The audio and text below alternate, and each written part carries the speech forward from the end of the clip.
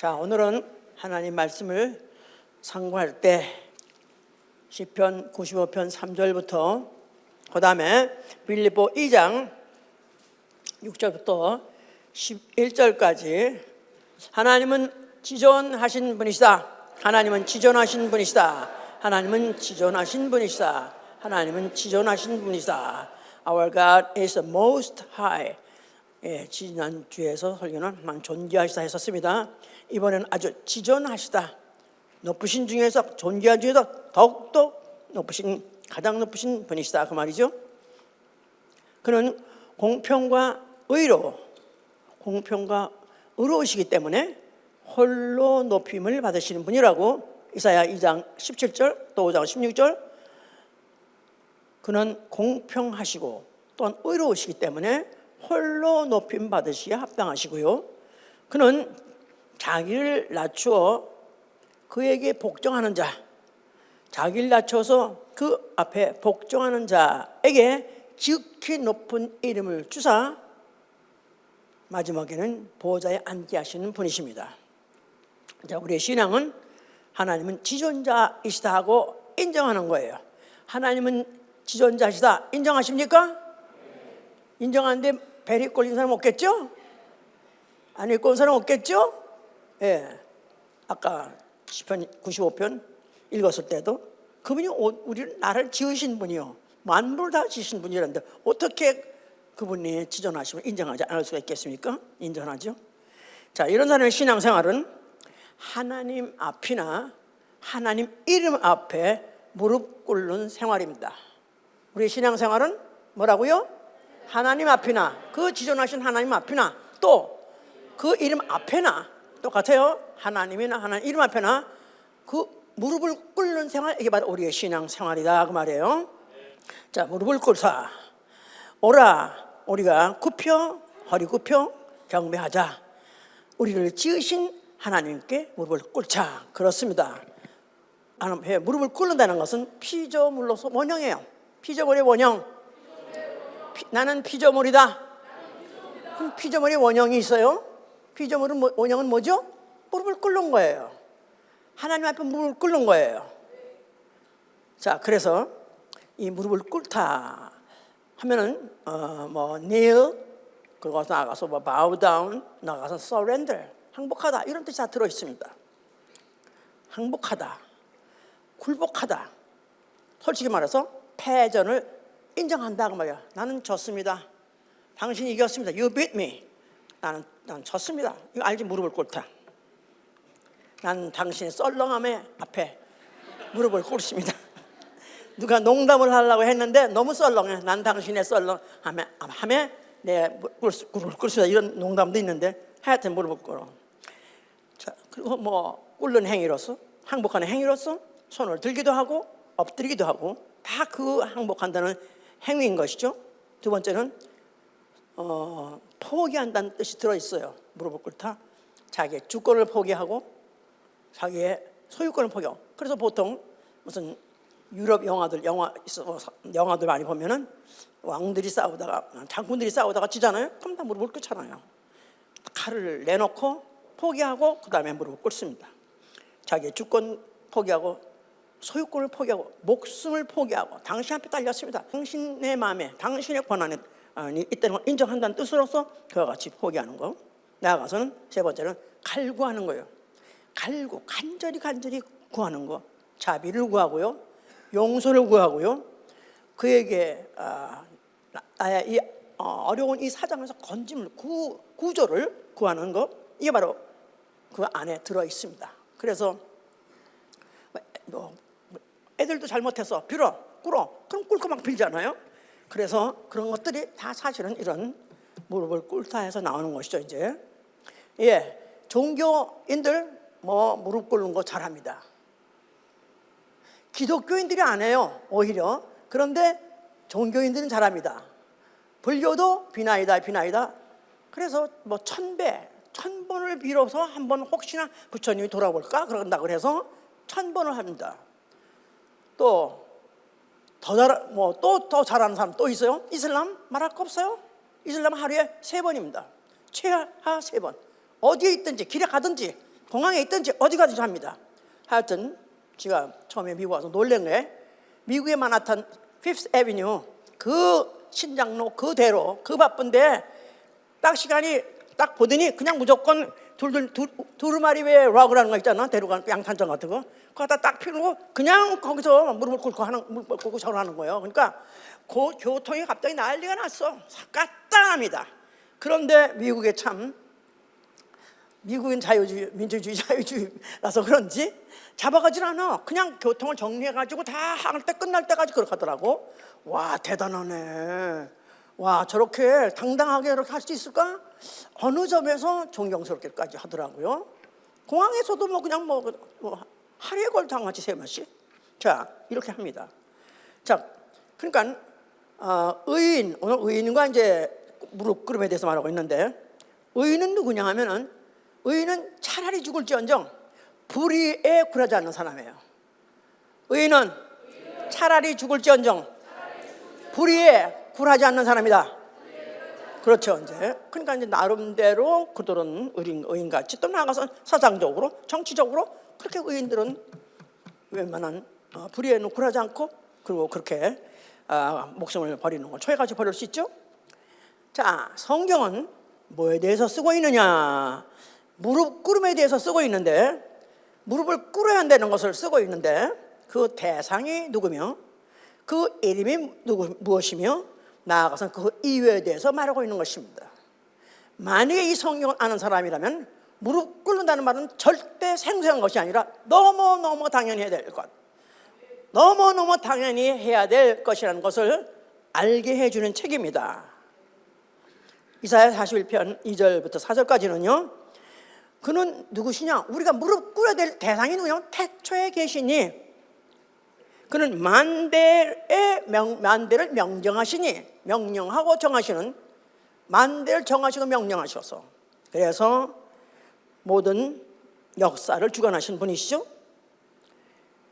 열국을 그 앞에 굴복시키기도 하시고 왕들이 결국은 치리도 하기도 하시고 왕이고 나라고 모든 것들을 다 그분이 경영하시고 결국은 무릎 꿇게 하시는 이가 결국은 태초에 계시니 하나님, 나아가서 창조주 하나님이라는 것이죠. 자, 그러는데 이것들을 이제 알게 하려고 하나님이 처음부터 그렇게 하라고 해서 억지로 시키는 것도 원치 아니하시고 알게 함으로 무릎을 진짜 자기 스스로가 자원해서 꿇게 하시려고 하나님이 시간표를 만드신 게 바로 하나님의 경륜이에요. 하나님의 경륜, 하나님의 시간표, 하나님의 일정을 가지고 그와 같이 진행을 하고 계시는데, 처음에 지으신 모든 만물들이 어떻게 지었냐면 하나님은 말씀으로 있으라 하고 명령하셨어요. 그래서 모든 만물이 다 그 말씀에 순종해서 없던 것이 나온 것입니다. 창조주자가 말이죠. 없는 것을 있는 것 같이 부르시느니 빛이 있으라 부르시니까 빛이 아멘 네이 하고 나온 거예요. 또 무슨 하늘이 있으라 하니까 궁창이 생기고 네이 하고 나와서 복종한 거예요. 그래서 성경은 모든 만물은 다 하나님 불렀고 하나님 부를 때 네이 하고 복종하고 나와서 오늘까지 그대로 복종하고 있다는 것입니다. 오늘도 별이 다 그 자리에 있어요. 별들이 다 별들이 다 궤들 그대로 돌고 있고 자리를 지키고 있어요. 그 자체가 다 지금도 오늘도 계속 복종하고 있다 그 말이에요. 복종을 끝까지 하는 게 피조물의 원래 본분인 것이죠. 자, 그런데 문제는 이제 생긴 게 이제 사단이 나온 거예요. 사단이 사단을 낸 거예요. 이제 루시퍼라는 이제 사단이 나타났는데 그는 한 영계 하늘에 있던 천사장 루시엘이었어요. 그런데 그가 이제 하나님, 내가 이제 언제까지 내가 이 일을 똑같이 하겠느냐? 내가 하나님 될까 하야? 그가 자기가 하늘 위에 올라 하나님 보좌 위에 자기가 앉으리라 하면서 자기의 위치 높은 자리로 옮기려고 할 때 하나님께서는 이 괘씸한 놈, 네가 어디로 옮겨 해가지고 그걸 갖다가 땅으로 떨어뜨려가지고 가뒀으니 바로 그것이 우주입니다. 우주. 그러니까 자기 위치를 망각하고 자기 위치를 스스로 떠난 자는 별똥별같이 쭉 떨어져가지고 운배에 갇혔는데 큰 심판을 통해서 앞으로 지옥불에 던져 영원히 형벌할 것이죠. 이제 자, 이런 가운데서 이제 에덴 동산에 이제 있던 아담이 그가 에덴에서 풍요로운 생활을 잘 하고 있었습니다만은, 그런데 그가 이제 문제가 생겼어요. 에덴 안에 있던 그 사단, 그가 인간을 꿰었을 때 마귀라고 그러죠. 마귀가 꿰었어요. 하나님이 선악과를 먹지 말라 명령 계명하셨다니까 먹어도 죽지 않는다는 바람에 결국 그래서 하와가 먼저 먹고 남편에게 줘서 결국 그들이 선악과를 먹는 바람에 하나님 계명을 범함으로 인해서 그들은 동산에 내쫓겼습니다. 동산에 내쫓긴 것뿐이 아니라 전 인류가, 그 우선 전 인류가 앞으로 다 지옥 가서 영원한 형벌 받을 수 있는 바로 그곳으로 그들도 같이 따라가는 운명이 결정된 것이죠. 이제 하나님이 이제 이런 가운데에서 그 경륜을 이제 앞으로 진도를 나가서 진행시켜서 아브라함을 택하시고 그 아브라함 후손 그 이삭이 야곱한테다가 이제 복을 특별히 빕니다. 복을 빌 때 그 복의 결과가 뭐냐면 내 열국이 너와 내 후손에게 무릎을 꿇을 것이다 그랬었어요. 굴복할 것이다 그랬었어요. 열국이 모든 나라가 내게 굴복하리라. 그게 바로 야곱이 받은 그게 축복입니다. 그래서 야곱이 이제 그 이스라엘이라는 이름을 갖고 그 이스라엘 후손이 결국은 모든 열국을, 모든 나라들을 굴복시키는 그런 축복을 받았는데 이게 웬일이야? 그랬는데 어쩌다 보니까 그들이 종살이가 됐어요. 애굽에 종살이를 하게 됐습니다. 그래서 애굽에 가서 종살이 할 때 400년이 넘었으니까 아니 이게 우리가 무슨 복받은 민족이며 나아가서는 또 복을 받으면 어떻게 이렇게 종살이 우리는 언제까지 하겠느냐 할 때 그 종살이가 너무 잔혹했습니다. 그런데 하나님께서 때가 되어 약속하신 때가 되어 하나님이 모세를 보내시고 극적으로, 그야말로 극적으로 그들을 애굽에서부터 해방을 시켰죠. 왜 극적으로냐면은 그때 애굽은 그 당시 세계에서 가장 최강대국이에요. 그런데 이스라엘은 종살이밖에 해본 적이 없기 때문에 거기서부터 그들이 반항하고 나올 수 있는 가능성 전혀 없습니다. 그런데 모세 나이가 먹어서 80이나 돼서 이미 기도 빠지고 힘도 빠지고 그래서 그가 도저히 그를 따라서 애굽에서부터 해방시킬 수 없었지만은 하나님께서 여호와께서 역사를 하셔서 모세 지팡이 하나가 지시하는 대로 모든 만물들이 복종하는 바람에 우리가 내리라 하면 내리는 거고 뭐 강을 치니까 뭐 피가 되고 이런 것도 다 하나님이 바로 모세에다 그런 힘을 줬기 때문에 하라 말로 그렇게 무슨 뭐 피가 되라 이렇게 안 했다 할때도 딱딱 지시만 해도 그렇게 변해가는 바람에 하나님이 역사하는 바람에 결국 그들은 애굽에서부터 극적으로 하룻밤 사이에 그들이 400년 만에 종살이에서 해방을 받아 나온 것이죠. 자, 그래서 그들이 이제 그야말로 극적으로 광야에 이르렀습니다. 광야에 이르렀을 때 여호와께서 그들에게 말씀하시기를 나는 여호와다, 나는 스스로 있는 이다 하면서 그에게 말씀하시기를 너희 이스라엘 백성은 너희 조상으로 말미암아 택함 받은 백성인데 너희는 바로 제사장 나라가 될 것이고 거룩한 백성이 될 것이다. 제사장 나라, 거룩한 백성, 하나님 섬기는 나라. 너희들은 그래서 거룩한 백성이다 이렇게 지적을 해줬어요. 그러니까 하나님을 섬겨야 되고 하나님 명령을 순종해야 하는 것이 바로 그들의 본분인데, 그래서 이제 그들에게 주신 계명 중에서 아주 중요한 계명, 뭐 다 중요하지만은 그 중에서 이제 제 3계명이 있습니다. 뭐죠? 나의 이름을, 여호와 이름을 망령되이 일컫지 말라. 여호와 이름을 망령되이 일컫지 말라. 여호와는 질투하는 이름의 하나님이다. 하나님의 이름이 질투예요. 그냥 하나님 여호와라는 뜻 자체가 질투라는 거예요. 아니 세상 속담에는 삼거지악 그래가지고 여자가 질투하면 집에 보내도 당연해, 쫓아내도 이혼해도 돼. 아주 그럴 점 법이 있는데 불구하고 질투란 말 자체가 얼마나 우리가 생각하는 나쁜 모습으로 생각하는데 하나님은 자기 스스로가 질투하는 하나님이라는 거예요. 뭐에 대해서? 자기 이름을 망령되이 일컫는 건 용서 못한다 이 말이야. 보통 세상 처첩을 드는 것을 용서 못하는 것 이상으로 하나님은 자기 이름을 망령되 일컫는 거, 하나님의 이름에서 모독을 끼치는 것, 이것만큼은 절대로 용서 못한다. 그렇게 해서 이런 자들은 돌로 쳐 죽여라서 쳐 죽이라.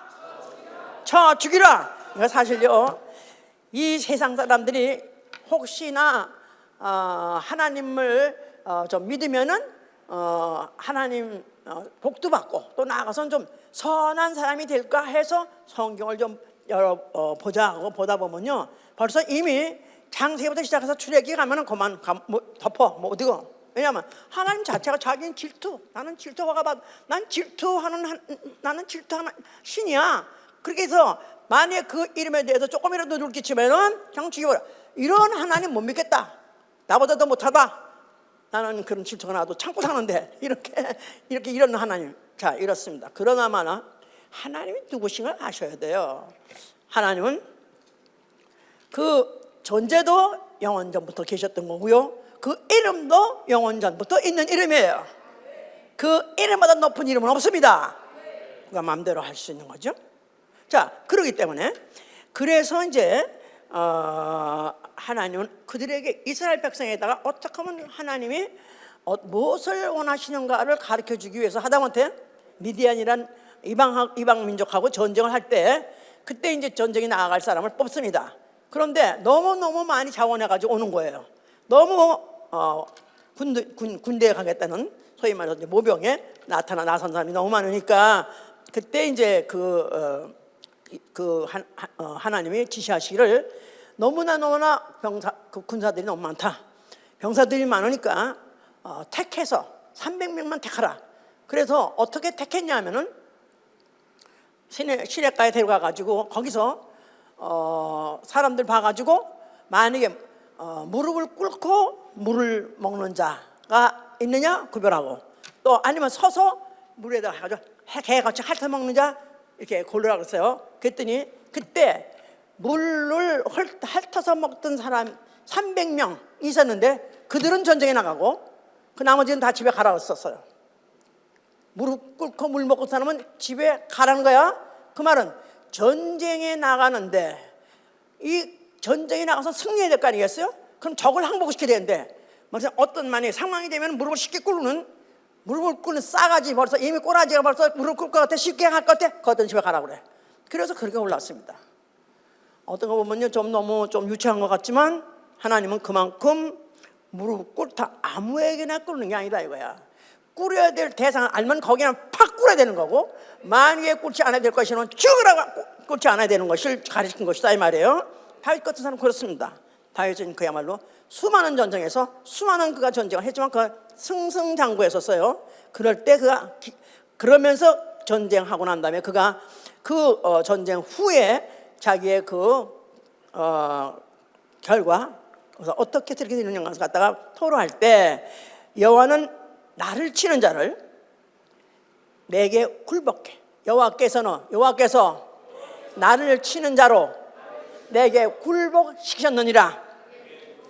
자기가 전술이 좋아서 용기 100배에서 이긴 게 아니라 여호와께서 자기를 치러 오는 모든 대적들에게 자기 앞에 무릎을 꿇게 했다는 거예요.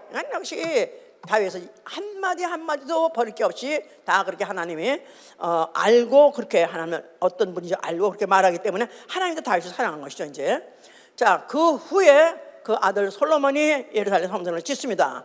그래서 그야말로 기가 막힌 성전을 수십 년 동안 이렇게 지어서 그가 이제 봉헌식을 하는 거예요. 봉헌식이에요. 그래서 그가 왕인데 그 당시에 솔로몬이 누리는 그 부강이라는 것은 그거는 비교할 수 없을 만큼 그 전 세계에서 가장 최강의 그런 나라요. 또 그야말로 부강을 말락서스처럼 누리고 있었던 그런 왕이 그 성전을 짓고 난 다음에 그 안에 있는 여호와 이름, 바로 하나님의 이름이 그 안에 있기 때문에 그가 거기서 무릎을 꿇고 그가 손을 들고 그러면서 기도를 하고 간구를 했다 그랬었어요. 그래서 사실은 지금도 그 예루살렘 성전이 없어서 그렇지만은 그들은 성전만 있기만 하면은 그들은 지금도 그들도 원하는 게 뭐냐면, 우리도 그 솔로몬 왕같이 우리도 그 성전 있는 곳에 손을 들고 무릎을 꿇고 기도하기를 원한다. 이래서 이제 무릎을 꿇고 기도하는 거 예루살렘 성전에서 그런데 이제 그곳은 이제 그 앞에 가서 못하는 형편이 된 시도 있었죠. 그들이 포로를 잡하기도 하고 그렇게 갔을 때 다니엘 같은 사람 그런 사람은 성전 앞에 못 가리고 성전에서 가서 그가 기도를 못하지만은 예루살렘 성을 향해서 매일 하루에 3번씩 기도했더라 그랬었죠. 다 기억나시죠?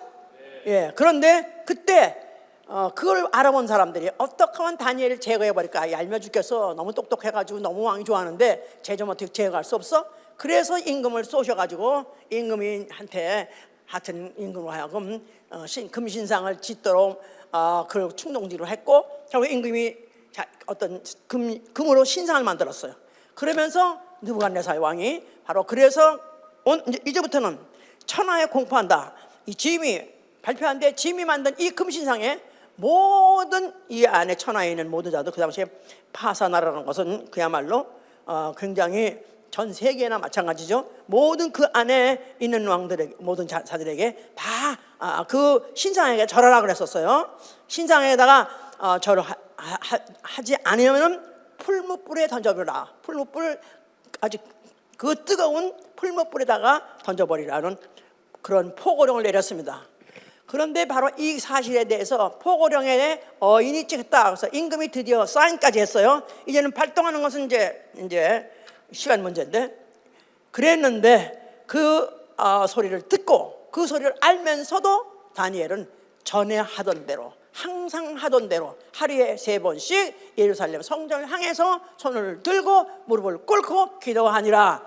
이 소문이 결국 또 들어가서 사자고 구레까지도 던져줄 이때 했었지만은 하나님이 결국 그를 살려내셨습니다. 아멘, 아멘, 할렐루야. 예, 그렇습니다. 그러니까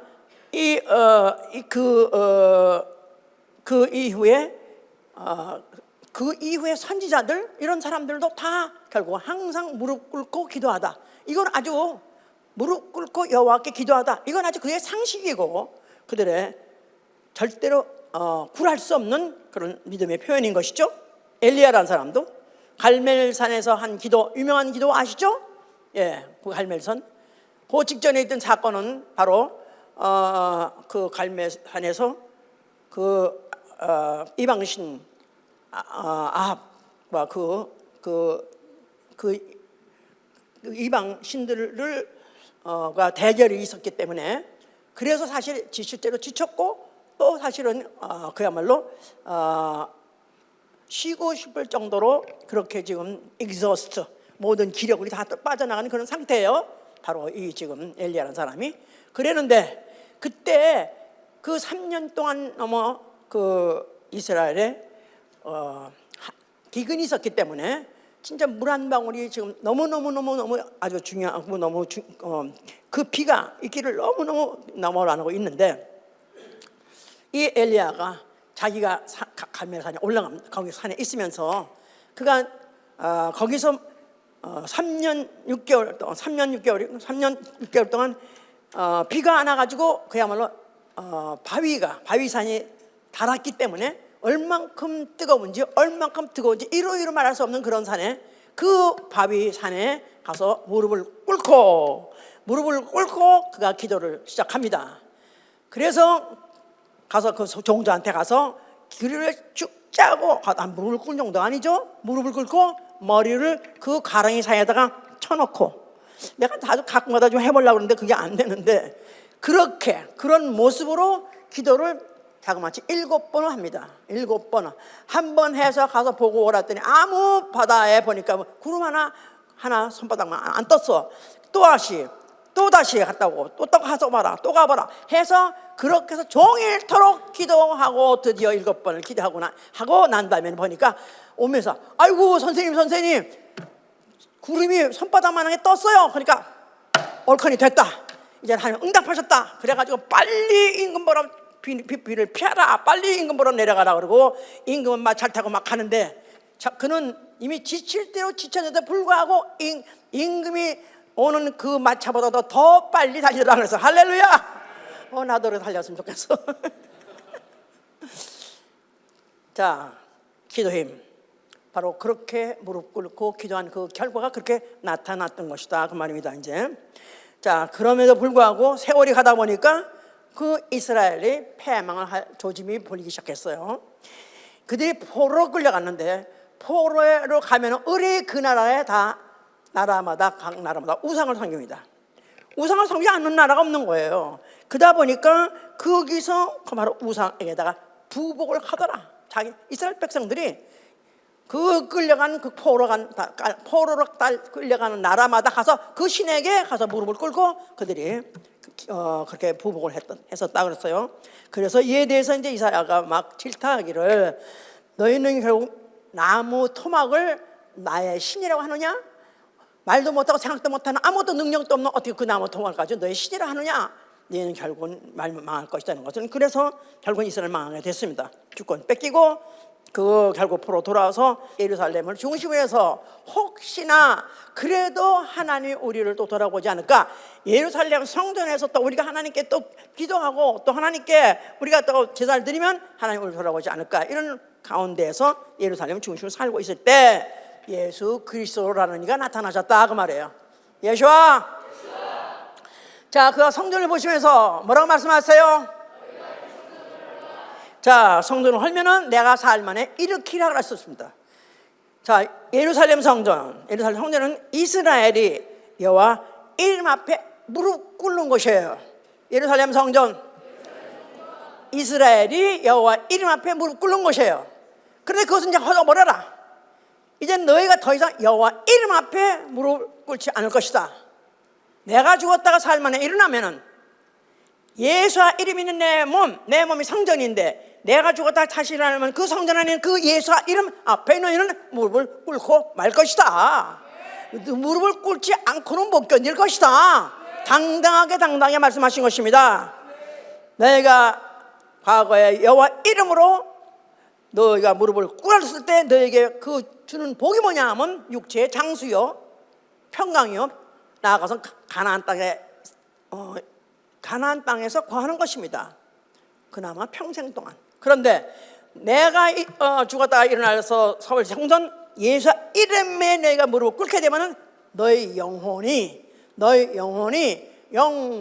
영생할 것이고 거룩한 성 아버지 집에 가서 너희는 영원히 여기서 거기에 보좌에 앉아서 왕같이 대우를 받을 것이다. 할렐루야. 그런 말입니다. 그것을 우리도 지금 제대로 잘 설명을 들어 못 알았는데 그들이 알아듣겠어요?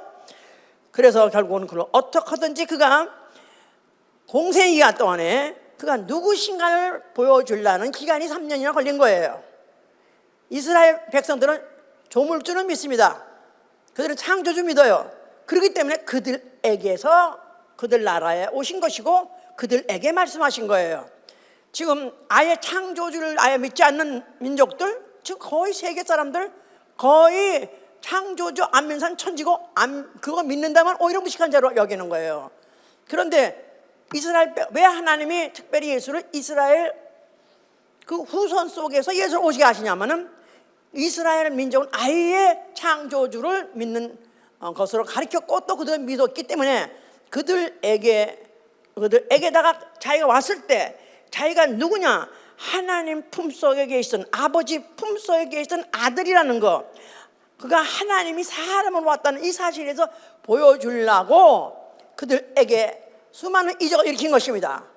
일으켰을 때 그 입으로 말씀하시는 거예요. 바다가 파도가 막 휘황하니까 바다야 잠잠하라 하니까 잠잠해지더라. 믿습니까? 또 귀신이 사람을 또 못 살게 하는 그 귀신이 들어가서 뭐라고 떠드니까 귀신아 나오라 명령하니까 귀신이 나오고요. 또 죽어서 이미 썩어서 나을 되는 그 송장한테도 걸어 나오라 하니까 나오고요. 아멘. 할렐루야. 이거 누구만 할 수 있는 일이야? 이건 누가 할 수 있는 일이에요? 사람으로서는 도저히 할 수 없는 일이다 이 말이에요. 이거 하나님 아니면 할 수 없는 일. 하나님 누구시냐? 없는 것을 있는 것 같이 부르시느니, 없는 것을 있는 것 같이 부르시느니 만물은 그 앞에 복종한다. 만물을 그 앞에 부복해서 나타나는 현상이 바로 소위 말해서 이적이라는 것이다 그 말이에요. 알았었어요? 그것을 보여주려고 3년 가까이 계신 것이다 그 말이에요. 세상이 좋아서, 세상에 인간들이 너무너무 사랑스럽고 나아가서 세상이 좋아서 오래 계신 게 아니라 그럼 빨리 가고 싶어요. 그런데도 불구하고 시간을 그나마 끌고 있었던 것은 자기가 누구라는 거, 만물이 그 발 앞에 무릎을 꿇어, 만물이 그 발 앞에 꿇기에 합당한 이가 오신 것이다 이 말이에요. 그래서는 만물이 그 발 앞에 무릎을 꿇기에 합당한 이,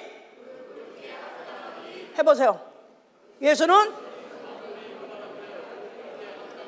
또 크게 전환, 또 자연부터 복종시킨 거다. 자연부터 복종시켰어요. 또 나아가서는 하다못해 귀신, 이미 마귀 새끼 된 그 귀신까지도 복종시켰어요. 자, 남은 건 이제 사람들이다 이 말이에요. 사람들 복종시키는 거. 자, 그래서 이제 그가 그가 같이 공생을 했던 것이고, 그러는 가운데 또 제자들에게도 그걸 구체적으로 좀 보여주시죠. 베드로가 어떤 때는 밤이 맞도록 배에서 물고기를 잡으려다가 못 잡았어요. 그래서 완전히 빈배가 돼버렸어요. 그런데 예수께서 거기에 일부러 가까이 가신 것입니다. 그래서 그 베드로에게 뭐랬냐면, 자, 배가 니들 아무것도 물고기 잡은 거 없냐? 우리가 밤이 맞도록 수고했는데 없어요. 오늘 좀 재수가 좀 없는지 운이 안 좋은지 안 되네요. 그래? 그러면 깊은 곳에다 그물을 내리라고 했었어요. 지시하시면서 여기다 그물을 내리라고 했었어요. 그랬더니 베드로 하는 말이, 밤이 맞도록 우리가 수고했지만 주께서 말씀하시니, 주께서 명령하시니 내가 그물을 내리리다 했어요. 주께서 명령하시니 내가 그물을 내리리다. 그물 내렸어요. 그냥 물고기 잡을 거라는 기대도 안 했지만, 그러나 또 선생님이시니까 또 말씀하시니까 또 민구스럽까봐 그냥 내었어요. 그런데 순종을 했어요. 그랬더니 그 그물에 밤새도록 못 잡았던데 물고기들이 그냥 막 서로 간에 경계하면서 들어와서 물고기 그 그물에 하나 가득 넘치고 두 그물에 가득 찼다 하세요. 두 그물에 가득 차니라. 믿으십니까? 어떻게 그런 일이 있을 수 있어요? 그분은 만물을 어떻게 지으셨다? 말씀으로 이스라엘에서 지으신 분이에요. 그러니까 만물에게 다 지시하면 그대로 이루어지는 것이다 이 말이에요. 그래서 물고기가 가득 잡고 나니까 베드로가 무릎을 팍 꿇은 거야. 베드로가 무릎을 이렇게 한번 해보세요. 썰렁하며 무릎을 꿇는 게 아니라 난 당신 앞에 무릎을 꿇습니다. 나를 떠나소서. 나는 당신을 감당할 수 없습니다. 나는 죄인으로서이다. 나를 떠나소서 그랬어요. 그러니까 베드로가 물고기를 보고 놀란 게 아니라 그 물고기를 명해서 자기들 맘대로 했는데 안 됐는데, 자기는 더군다나 뱃사람들이야. 그것들은 뱃놈들이라고. 근데 예수는 육지 사람인데 어떻게 말 한마디에 이렇게 할 수 있나? 나하고 당신은 다르니까 나를 떠나소서. 난 도저히 당신을 감당할 수 없습니다. 당신은 과연 사람으로 오신 하나님이십니다. 그런 뜻이죠. 만물을 말씀으로 복종시키는 이 만물이 그 앞에 복종하지 못 견디는 바로 그런 당신은 바로 그런 분입니다. 그런 뜻이에요. 그래서 결국은 그리스도 예수께서 이제부터 네가 봤냐? 그러면 이제 너는 이제부터 사람을 낚는 어부가 될 것이다. 사람을 낚는 어부가 될 것이다. 이때까지 물고기를 낚았지만 네가 만약에 내가 누군지 안다면, 네가 만약에 나가 누군지 알은 걸 네가 확실한 네 믿음으로 고백한 게 사실이라면 너는 사람을 낚는 어부가 되지 않고는 못 견딜 것이다 그 말이죠. 그래서 예수께서 떠나니까 베드로가 그의 모든 도구 물고기 다 버리고 그의 배를 다 버리고 스스로 예수를 따르더라 그랬어요. 할렐루야. 자, 제대로 본 거죠. 베드로가 당신 앞에는 나는 무릎 꿇었어. 아니 실제로 무릎을 꿇었어요 그때. 그 무릎을 꿇으면서 난 당신과 나를 떠나서서 나는 당신 감당할 수 없습니다 하면서 그 앞에 꿇으세요. 만물 만물을 무릎을 꿇게 하시느니 나도 이제 당신 앞에 무릎을 변폭적으로 꿇습니다. 그래서 결국은 그 베드로가 예수를 따르는 자가 돼서 결국은 그는 이제 나중에 예수를 따라서 예수가 십자가에 죽고 그도 십자가에서 결국은 죽었다고 하잖아요. 결국은 이제 그렇게 동의가 된 것이죠. 이제 마지막으로 그가 이제 예수께서 빌라도 앞에 끌려갔죠.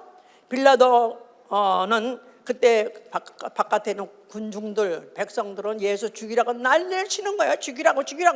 왜 너희들은 예수를 죽이고 나냐 했더니 저가 하나님의 아들이라고 했으니 이건 우리 종교상 이건 용납할 수 없으니까 그때 빌라도가 더 겁이 나는 거야. 하나님 아들이라고 말했다는데 자기가 죽이가 더 무서운 거야. 어떻게 하나 두려워하고 막 했을 때 예수께서 이제 잡혀보셨잖아. 그때 예수가 앞에 있으니까 빌라도가 말하기를 너는 도대체 누구냐? 너 왜 나를 하여금 이렇게 혼란스럽게 만드냐? 그런 뜻이죠. 그런데 저들은 너희를 주라고 하는데 나에게 너를 놓을 권세도 있고 십자가에 못 박을 권세도 있는 거 아느냐? 그랬어요. 예수가 하신 말씀이 그 권세를 위에서 주시지 않았으면 내게 없을 것이다. 위에서 하늘에서 우리 아버지가 내 주셨기 때문에 그 권세가 내게 있느니라니까 더 이상 이제는 이 빌라도가 너무 무섭고 너무 두렵지만 바깥에서는 죽여야 된다 난리고 양쪽에서 그야말로 로마의 카이자의 명령에 거역하느냐 아니면 결국 예수의 이 말을 그대로 어떻게 될지 몰라가지고 결국은 에라 모르겠다 해서 네 맘대로 해라 가지고 결국은 이제 나가가지고 니들에게 죽이라 결국은 데려가서 죽여라. 그래서 결국 이제 예수가 죽게 됐습니다. 자, 그가 십자가에 죽게 됐어요. 결국은 그는 죽기 전에 그가 이제 겟세마네 동산에 가가지고 기도합니다. 그가 기도할 때 무릎을 꿇고 예수 자신도 무릎을 꿇고 그가 몇 시간 기도했어요? 3시간 기도했어요. 3시간 동안 무릎을 꿇고 기도했습니다. 자, 그리고 기도하면서 그가 내 뜻대로 마옵시고 아버지 뜻대로 되사이다. 내 원대로 하지 마시고 아버지 뜻대로 되기 위해서 그가 3시간씩 울부짖으면서 기도했는데 히브리서 5장 7절에 이 장면을 그가 육체에 계실 때 자기를 능히 죽음에서 건지실 이에게 심한 통곡과 눈물로 앓았다 그랬었어요. 그래서 결국 그는 그 기도가 끝난 다음에 그랬을 때 그가 다 이렇다 하신 것은 아버지 계명대로 죽음에 대한 계명, 그 요한복음 10장 18절에 있는 아버지께 받은 계명, 바로 그 권세로 사용하셔서 그 죽음을 복종하신 것이죠. 아버지께 받은 계명, 죽음의 계명에 복종하셨어요. 왜냐하면 아버지께서 능히 그를 죽은 자 가운데서 구원하시고 믿었기 때문에 그래서 그가 죽으신 것이고 그런 가운데서 그는 사망 권세 마귀를 멸하시고 또 그런 그 죽음으로 인류의 죄값 사망을 구속하신 것이고 그가 죽으실 때 흘리신 그 피를 뿌린 피라고 하죠. 뿌린 피. 그 뿌린 피는 영접하는 영혼 안에 바로 들어갔을 때 그게 바로 생명이 되는 것이고 하나님의 자녀되는 권세가 되는 것이고 이제부터는 정말 의인답게 살 수 있는 기회를 주신 것이다 그 말이에요. 자, 그는 부활을 하셨습니다. 부활하셨을 때 그는 하늘과 땅의 모든 권세를 내게 주셨다 그렇게 말했었죠. 하늘과 땅의 모든 권세. 다시 말해서 만물이 그 발 아래 복종했다고 이 말을 에베소 1장 22절에 표현하고요. 만물이 그 발 앞에 복종하였느니라. 부활하시고 만왕의 왕이 되었어요. 부활하시고 그는 만왕의 왕이 되신 그때 만물이 그 발 앞에 복종했다고 표현한 거예요. 그러면서 로마서 14장 11절에 그 표현을 다시 말하기를 나는 살았노니 내가 살았노니 모든 무릎이 내게 무릎을 꿇을 것이다 그랬어요. 내가 살았노니 모든 무릎이 내게 꿇을 것이다. 예수 그리스도 부활하시자 하나님이 주신 권세가 그에게 씌워주신 면류관이 만왕의 왕이에요. 자, 예수 그리스도 만왕의 왕이라고 믿으면 아멘 하세요. 만왕의 왕, 왕중왕, 지존하신 분이에요. 더 이상 높은 분이 없는 분이에요. 그분 앞에 무릎을 꿇는 거 너희들이 당연히 할 것이다 그 말이죠. 자, 내가 살았노니 모든 무릎이 내게 꿇을 것이요. 당연히 꿇은다는 것입니다. 자, 그리고 그는 하늘 보좌에 앉아서 진짜 보좌에 앉아서 만왕의 왕이 되시고요. 앞으로 오실 때 다시 오십니다. 예수 그리스도 다시 오시는 걸 믿으면 아멘 하세요. 다시 오실 때 그는 누구로 오시죠? 산자와 죽은 자의 심판주로 오세요. 산자와 죽은 자의 심판주. 여기서부터 문제야. 이제는 그가 살아계신 거 오케이 믿어요. 잘했습니다. 땡큐. 또 아니면 또 축하합니다. 그게 아니라 살아계시는데 앞으로 오신다는 게 문제인 거예요. 재림이 문제다 이 말이에요. 재림이 아니고 그분이 하나 가 계시면 그냥 그렇게 사시고 잘 사시고 축하합니다. 나대로 살고 이러면 되는데, 문제는 이 사실을 믿는 자에 대해서 산자와 죽은 자, 믿음이 산자와 믿음이 죽은 자, 그 사이를 앞으로 그분이 심판하러 오신다는 것입니다. 아멘. 뭐를 심판하러 오신다고요? 내가 살았으니 모든 무릎이 내 앞에 내게 꿇을 것이다. 이거를 보러 오신다는 거예요. 보러 오신다는 거예요. 자, 성령은 바로 이를 증거하시고 계십니다. 성령은 지금도 오늘도 우리 믿는 자 속에서 증거하고 계시고, 믿는 자를 교회로 불러 모으셨어요. 교회. 믿는 자의 모임. 그렇죠? 의인들의 모임. 의인 다만 믿음으로 의롭다움을 받았어요. 다만 믿음으로 아무 행위한 거 없어요. 다만 믿음으로 의롭다움을 받았어요. 믿으세요? 아멘. 자, 그런데 이런 의인들을 하나님께서 주의 날, 한 주의 첫날, 주의 날, 주중 첫날, 한 주가 시작하는 그 어린 날 첫날에 예수의 이름으로 불러 모으셨습니다. 예수 이름 불러 모으셨어요. 뭐 하려고요? 예배 드리려고요. 예배. 주의 얼굴을 뵙다. 하나님의 얼굴을 뵙다. 프로스쿠네오란 말은 하나님의 얼굴을 뵙되 아주 가깝게 뵈는 거. 그래서 왜 이런 서양 사람들 만나면 쭉쭉거리가 키스까지 해가면서 막 봄을 대잖아요. 그럴 정도로 가까이 하나님의 얼굴을 가까이 뵀다, 그런 뜻이에요. 오늘 우리 예배 중에서 하나님 얼굴 배우기 아멘 합니다. 아니, 아멘 하시길 바랍니다. 사실입니까? 원하십니까? 자, 그래서 예배. 근데 이 예배를 예수께서는 요한복음 4장 24절에 뭐라고 말하냐면, 내가 하나님은 예배할 자를 찾나니 신령과 진정으로 예배할 자를 찾는다는 거예요. 하나님은 오늘날 누구를 보고 누구를 어떻게 만나길 원하시느냐? 하나님은 예배하는 자를 찾으신다는 거예요. 예배를 하되 신령과 진정으로 예배하는 자를 찾으신다는 거예요. 하나님이 눈에 들길 원하십니까? 하나님의 얼굴을 내가 뵙기를 사모하십니까? 신령과 진정으로 단서가 있단 말이에요. 신령과 진정. In spirit, in truth. In spirit, in truth. 신령과 진정. 이 진정이란 말이 사실은 조금 오해로서 해석이 되고 있어요.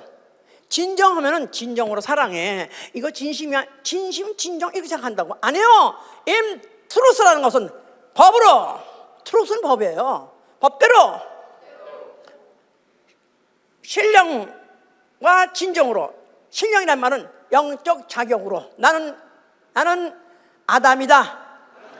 나는 영혼이다. 오늘 여기 여러분들이 계신데 다 각각 얼굴 남자 여자 다르고 무슨 또 각 성씨도 다르고 나라가 다르다 할지라도 하나님 그런 육체로 만나기만 하시는 게 아니야. 영혼을 만나시면 한단 말이에요. 나 영혼 예수의 이름이 있는, 예수의 피가 있는 영혼 만나시는 거예요. 그러니까 영적 자격으로 바로 in spirit, 그다음에 in truth란 말은 법대로 예배드려야 된다. 법대로.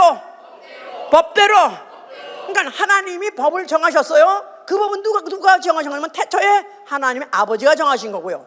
아버지가 아들한테 다가 지시하신 것이고요. 아들도 그 법대로 예배 드리느라고 십자가에서 죽기까지 복종하심으로 아버지를 결국 아버지 내용은 받아줘서 아버지에서 받으신 것이다 이 말이에요. 아멘. 그러니까 예배의 근원이 어디냐? 예배의 성공한 사례가 뭐냐면 예수 그리스도가 아버지 얼굴 뵙는 거예요. 내가 그래서 아버지 집에 간다. 그가 죽으시고 부활하셔서 아버지 집에 간다. 뭐 하려고요? 아버지 얼굴 뵙고 영원히 같이 함께 살기 위해서요. 아멘. 그리고 이제 그 피를 뿌려놓고 그 피를 받은 자로 이제 성령을 받게 해주심으로 인해서 이제는 나 영혼이라는 걸 자각하고 그 영혼을 그렇게 실감나고 그 영혼이 그렇게 중요하다 이 말이야. 그런 사람이 아버지 집 가서 아버지 얼굴 뵙고 살려면 이 땅에 있는 동안에 신령과 진정으로 예배에 성공해야 된다 이 말이야. 아멘. 시간 있으면 오고 시간 없으면 못 오고 출장 가면 못 오고 그게 아니라 만약에 나 영혼에서 가장 중요한 일이 뭔가, 내가 앞으로 해야 될 스케줄이 여러 가지 많아요. 일정표가 많아요. 가장 중요한 게 뭡니까? 아니 앞으로 물론 예배 그거는 스텝이고 가장 중요한 나의 일정표가 뭡니까? 우리 주 예수 그리스도 강림하신 날, 예수 그리스도 재림하신 날, 강림하신 날 어디서 뵈야 돼요? 공중에서 주의 얼굴 뵈야 된다 이 말이에요. 얼굴 뵈야 된다 그 말이에요. 그러려니까 이 땅에 있는 동안에 교회 home away from home. 우리의 영원한 집은 어디 있어요? 하늘에 있어요. 아버지 집이에요. 근데 교회는 아버지 이 지상에 있는 아버지 집에서 home away from home이다 이 말이에요. home away from home, 아버지 집, 이 땅에 있는 아버지 집, 아버지 집에서 아버지 얼굴 뵙는 시간이 예배예요. 예배. 그럴 때 진정으로 예배.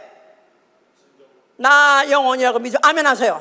그건 다 된 것 같아요. 여기는 이제 그거 정도는 다 된 것 같은데 진정으로 예배. 과연 진정. 제가 이제 이번에 많이 이제 회개하고 또 너무나 또 감사한 것은 이제 신령과 진정으로 예배된다고 그동안에 저는 예배를 너무 중요하게 생각했고 예수와 이름을 너무너무 중요하게 생각하고 예수와 이름의 열심의 특심이다.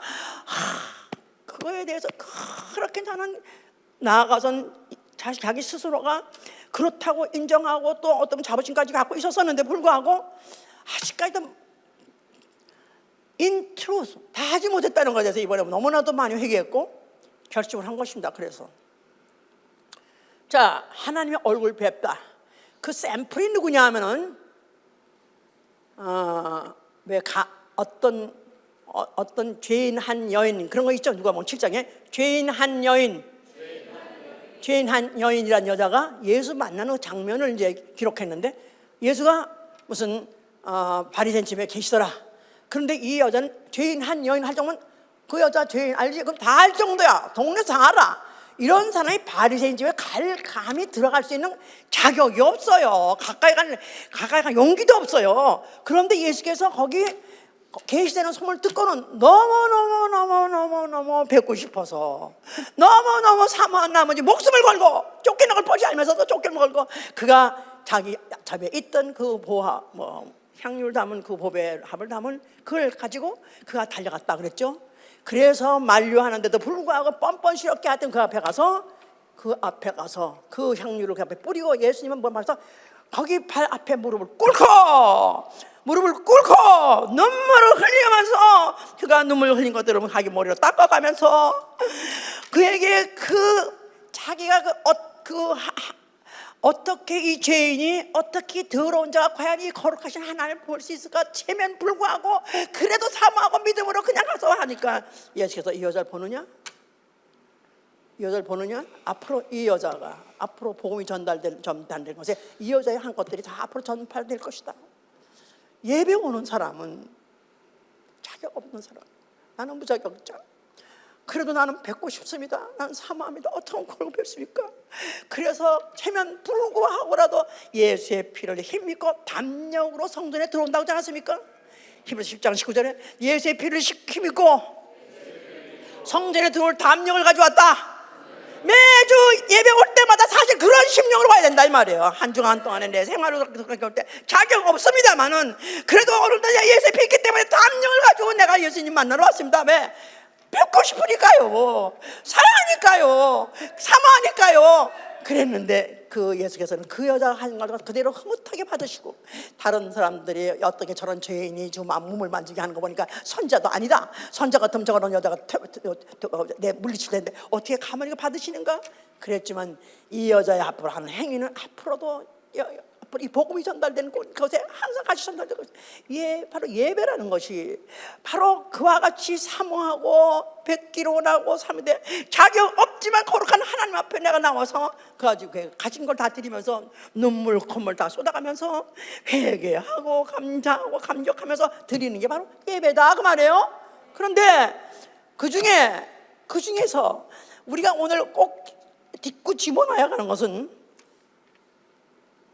신령과 진리로 드린다 할 때, 예수와 이름 앞에 모였을 때 예수 얼굴 뵐 때 만왕의 왕인데 그 앞에 당연히 무릎을 꿇어야 되지 않겠어요?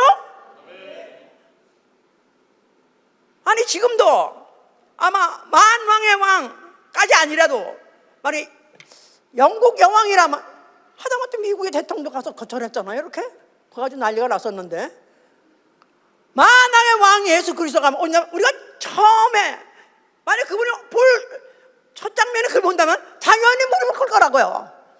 자, 예배 당연히 그 앞에 무릎 꿇으면 시작해야 되는 거죠. 무릎을 꿇으면 시작해야 돼. 나는 38년 동안 내가 그렇게 예배를 중요하게 생각했고 예수의 이름의 영광을 그렇게 말했으면서 예배에 무릎 꿇음으로 시작하지 못했다는 게 너무 내가 죄송해서 하다보면 의자를 어떻게 만들어서라도 뭐 닐러라는 거 붙여가지고 그렇게 해볼까 그런데 그것 때문에 고민하다가 하여튼 무릎을 꿇자. 그래서 오늘 제적들은 무릎을 꿇고 시작했습니다. 다른 교회에서는 묵도하심으로 예배를 시작하겠습니다. 그렇죠? 보통 장로교에서 묵도하심으로 예배를 시작하겠습니다. 그래요? 묵도, 그냥 가만히 앉아 눈 감고 있는 거. 나는 예수와 이름의 무릎을 꿇음으로 예배를 시작하겠습니다. 할렐루야! 이게 원래 원칙이다 이 말이에요. 예수와 이름 앞에 무릎을 꿇음으로 예배를 시작하겠습니다. 이 죄인이 과연 어떻게 내가 하나님을 가까이 합니까? 하나님 어떻게 내가 얼굴 뵙니까? 이 죄인 다만 예수의 피 입고 뛰어 들어왔습니다. 그런데 내가 무릎을 꿇습니다. 만왕의 왕이시여 나를 불쌍하여 주시옵소서. 나를 만나 주시옵소서. 그래서 나의 패배를 인정하는 거죠. 패배, 항복이요. 나는 I surrender. 오늘 처음 찬양했죠. 주께 드리네. 그게 원래 영어로는 I surrender thee, I surrender thee. 당신 앞에 항복합니다. 굴복합니다.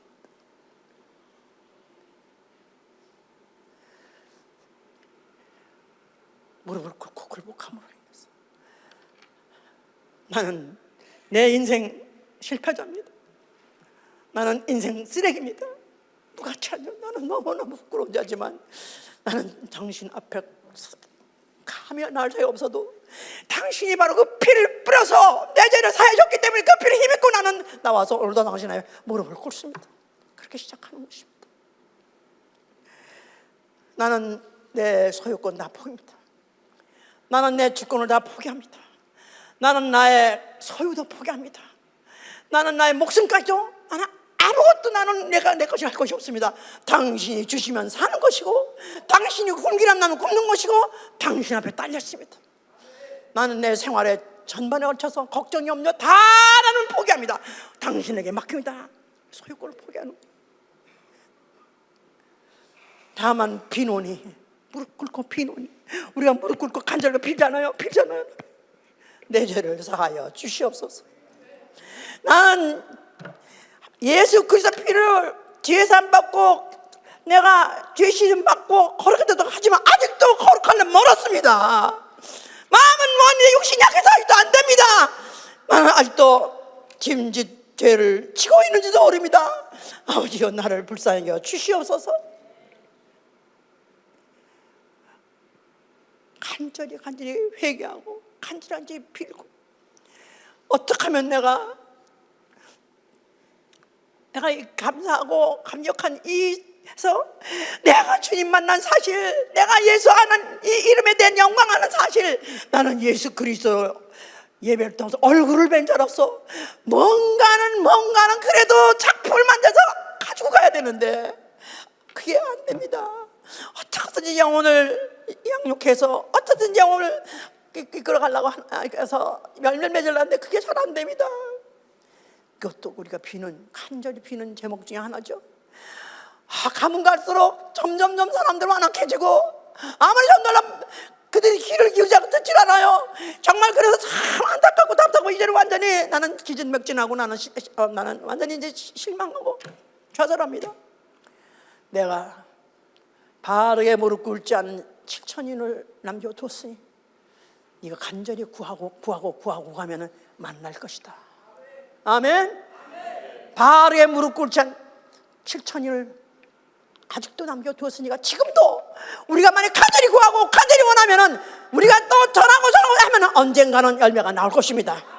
그래서 어떻든지 우리가 아버지 집에 갈 때 부끄럼지게 그 앞에 갈 수 있도록 이 땅에 사는 아버지 집에서, 이 땅에는 아버지 집에서 아버지 얼굴 뵙고, 그리고 내가 주님 오실 때는 공중에서 우리 주의 얼굴 뵙는 자는 된 여러분 되시길 위해서 축원합니다.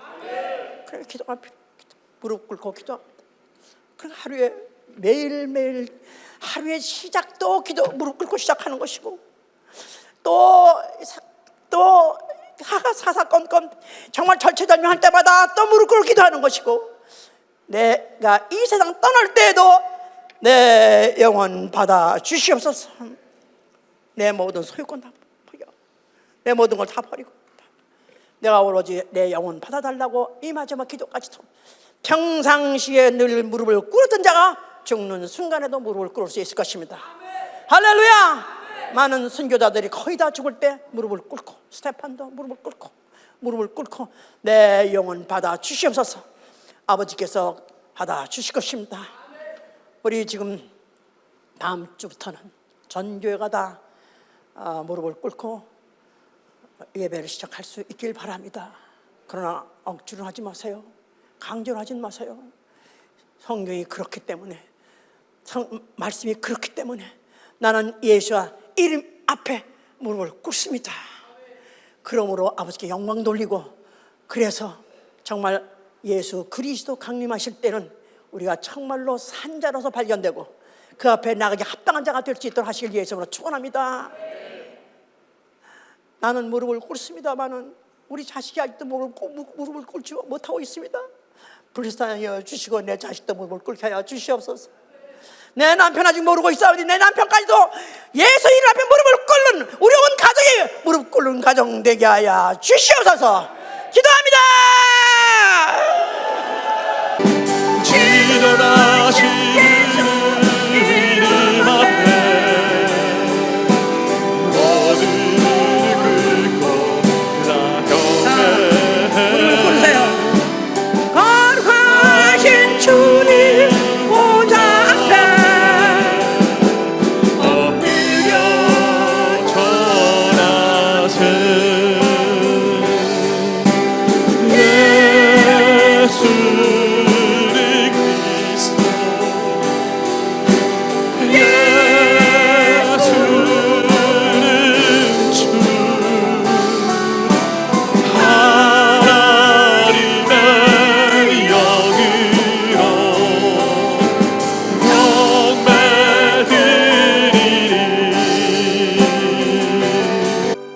예배 성공 얼마나 그러면서 애걸복걸 기도하고 얼마나 애가타게 얼마나 열심히 드린다고 드렸었습니다. 그런데 이렇게 결정적인 예수 이름에 무릎 꿇는 것은 이제야 하게 됐습니다. 그러나 우리의 예배가 헛되지 않다고 생각합니다. 그래도 그동안에 열심히 드렸기 때문에 오늘이 온 것입니다. 오늘 바로 이렇게 예수 앞에 무릎을 꿇는 이렇게 이 결정이, 이 시작이 주님 오실 때까지 지속될 것입니다. 어떤 핍박이 온다 할지라도, 우리가 어떤 환난이 온다 할지라도 우리는 예수의 앞에 무릎을 꿇으면서 예배 시작하고 내 목의 수임이 끝나는 순간까지도 예수의 이름 앞에 무릎 꿇고 갈 것입니다. 다시 한번 기도합니다.